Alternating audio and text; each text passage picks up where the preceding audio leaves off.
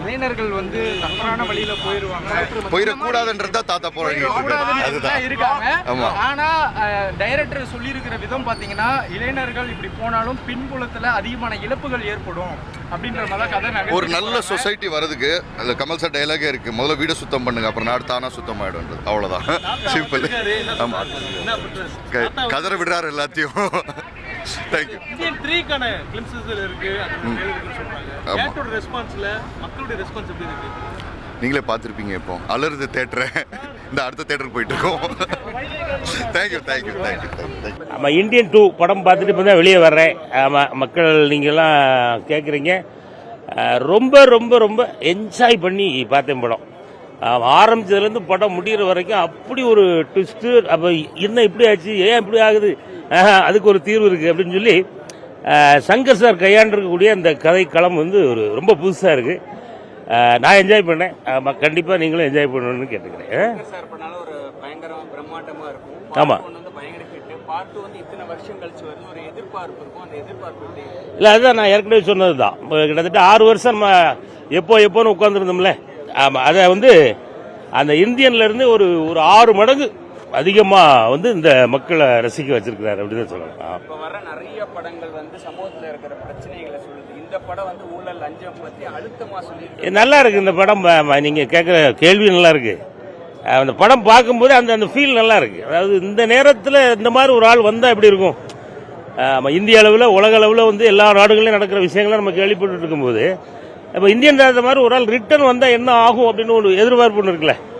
அது நம்ம தேட்டரில் இருக்கும்போதே நமக்கு தோணுது, எப்படா வருவார்னா அப்படி அவர் வரும்போது ஆஹா நமக்கான ஒரு ஆள் வந்துட்டாரா அப்படின்ற அந்த எதிர்பார்ப்பு நம்மளை வந்து சீட்டை விட்டு டக்குன்னு ஒரு செகண்ட் எந்திக்க வைக்கும்.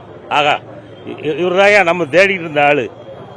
அந்த மாதிரியான ஒரு ஃபீலை கொடுக்குற இந்த படம் ரொம்ப ரொம்ப என்ஜாய் பண்ணி பார்க்குற மாதிரி இருக்குது. நம்ம சின்ன கலைவாணர் அண்ணன் விவேக் அண்ணன், மனோபால் அண்ணன், இவங்கெல்லாம் நம்மளை விட்டு மறைந்து விட்டார்கள் அப்படின்ற அந்த எண்ணம்லாம் போச்சு.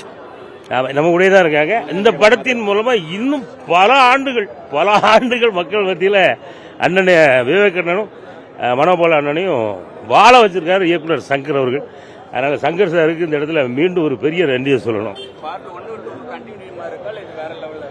ஆமாம், அதுலேருந்து ஒரு சின்ன ஒரே ஒரு சீன் தான்.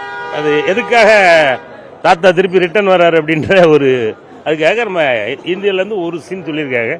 மற்றபடி இந்தியன் 1க்கும் இந்தியன் 2க்கும் வந்து அந்த வித்தியாசங்கள்லாம் நிறைய இருக்கு, ஏகப்பட்ட ட்விஸ்ட் இருக்கு. தமிழ்நாடு மட்டும் காமிச்சிருப்பாங்க. இதுல வந்து எல்லா மாநிலம் இந்தியா முழுக்க சங்கர் சார் கூட சொல்லியிருந்தாங்க. ஸோ அந்த கனெக்டிவிட்டி எப்படி பார்க்க முடியும்? ஆமாம், நான் என்ன சொல்கிறேன்னா படத்தை பார்க்காமலே நீங்கள் கேள்வி கேட்குறத விட படம் பார்த்து முழு திருப்தியாக நாங்களாம் வெளியே வந்திருக்கோம். இதை நீங்களும் போய் அந்த முழு திருப்தியோட ஆமாப்பா அவர் அண்ணா சொன்ன சரிதான் அப்படிங்கிற மாதிரி மக்கள் ஃபீல் பண்ணுவாங்க, என்ஜாய் பண்ணுறாங்களே. தேட்டரில் எந்திரிச்சு நின்று இன்னும் வெடி மட்டும்தான் உள்ள கொளுத்தல, மற்றபடி எல்லாமே போட்டாச்சு. அந்த மாதிரி பூக்களை தூவி பேப்பர்களை வீசி கலர் பேப்பர்லாம் கஜ கஜன்னு பறக்கு ரணக்கிழமை ஆச்சு படம். அடாடா, இப்படி ஒரு படத்துல இன்னும் கொஞ்சம் சீர் நமக்கு இல்லாம போச்சு அப்படின்னு கொஞ்சம் வருத்தப்பட்டேன்.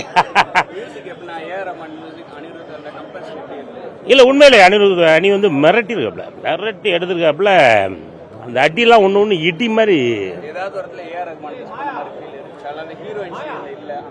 இல்ல. அதுக்கு என்ன சொல்றேன்னா எல்லாருக்கும் ஒவ்வொரு தனித்தன்மை இருக்கும்ல. ஏ ரஹ்மான் சார்னா அவருடைய ரேஞ்சில் நம்ம எதிர்பார்த்து உள்ள போறது அவர் நிறைவு பண்றாரு. இப்ப நம்ம அணி இப்படிதான், இப்படிலாம் உண்டா அப்படின்ற மாதிரியான ஒரு புதுசா ஒரு விஷயத்த பண்ணியிருக்காரு. மாசா இருக்கு.